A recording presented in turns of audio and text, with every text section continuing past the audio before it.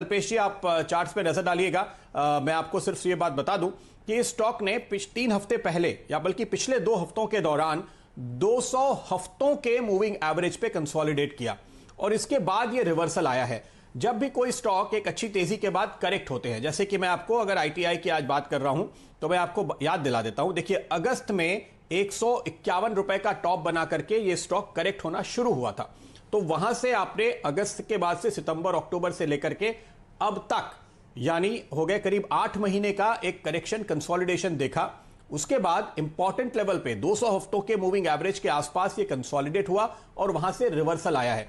तो जब इस तरह के बड़े करेक्शन आते हैं तो 200 दिन का मूविंग एवरेज, 52 हफ्तों का मूविंग एवरेज, 200 हफ्तों का मूविंग एवरेज, ये कुछ इंपॉर्टेंट चीजें होती हैं। या फिर कई बार ऐसा होता है कि साल, 2 साल, 3 साल पहले के लोज के पास से आप सपोर्ट लेकर के बाउंस करते हैं। तो कहने का मतलब यह है कि कंसोलिडेशन के लिए, सपोर्ट के लिए ये लेवल बहुत ही इंटरेस्टिंग था और अब जिस तरह का स्ट्रॉन्ग रिवर्सल आ रहा है वो आपको साफ तौर पे ये संकेत दे रहा है कि बाजार इस समय कितनी तेजी यहां पे आते हुए देख रहा है और अच्छी खरीदारी निचले स्तरों से है। तो रिवर्सल का कंफर्मेशन है। इसलिए एक और बात आप देखिए, पीएसयू इंडेक्स ने काफी ज्यादा स्ट्रेंथ दिखाई है इस समय। आप देखिएगा PSU bank index Nifty bank से आगे चल रहा है। पीएसई इंडेक्स जो है हमारा, वहां पर भी आप बहुत जबरदस्त मूव आते हुए देख रहे हैं। सरकारी कंपनियों में एक के बाद एक बहुत अच्छी तेजी नजर आई है।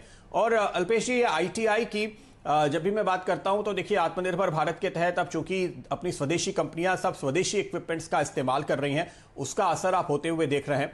और पिछले 6 सालों में अगर मुझे टॉप पीएसयू पकड़ने हो, 6 साल में कहता हूं, करीब करीब मोदी सरकार का अगर आप टर्म काउंट करें पूरा का पूरा, तो इस दौरान जो सबसे बड़े टर्न अराउंड्स आपने कुछ आते हुए देखे हैं तो वो इसी कंपनी में है।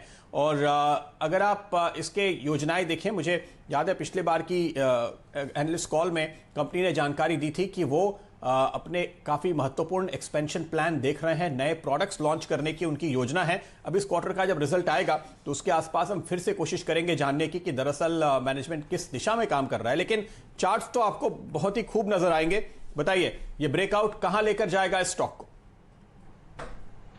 ठीक है प्रदीप, मैं समझता हूँ बहुत ही अच्छी जानकारी दी आपने कंपनी के बारे में, ताकि जो निवेशक है उनका कॉन्फिडेंस इस बात के ऊपर से बढ़ जाता है हमेशा। अब मेरी बारी है कि मैं आपको टेक्निकल इसके स्ट्रक्चर बताऊं। सबसे पहले ये स्टॉक्स बॉटम आउट हो गया, यानी कि 150 से लेकर के जो 100 रुपए तक की जो गिरावट आई। अब बॉटम आउट कैसे हुआ ये मैं आपको बताता हूँ। सबसे पहले तो लोअर लेवल में अच्छा खासा एक्यूमुलेशन किया।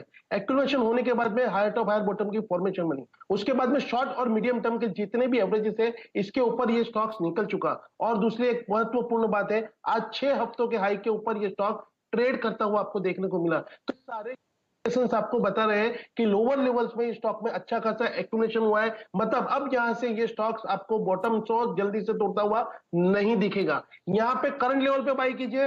लोअर लेवल में कहीं पे भी स्टॉक बनता है तो आपको इसके अंदर एक्यूमुलेशन करना चाहिए। ऑन द अपसाइड में जो टेक्निकल टारगेट्स आ रहे प्रदीप, वो 140 से 150 तक की रेंज के है, लेकिन मुझे लगता है कि स्टॉक करीबन 160-65 की रेंज में चला जाएगा। तो मेरे हिसाब से बहुत ही एक अच्छा खासा स्टॉक जो रिवर्स हुआ है, आपने एक अच्छे लेवल पे स्टॉक को पकड़ा है। अच्छे खासे रिटर्न स्टॉक आपको यहां से दिला सकता है।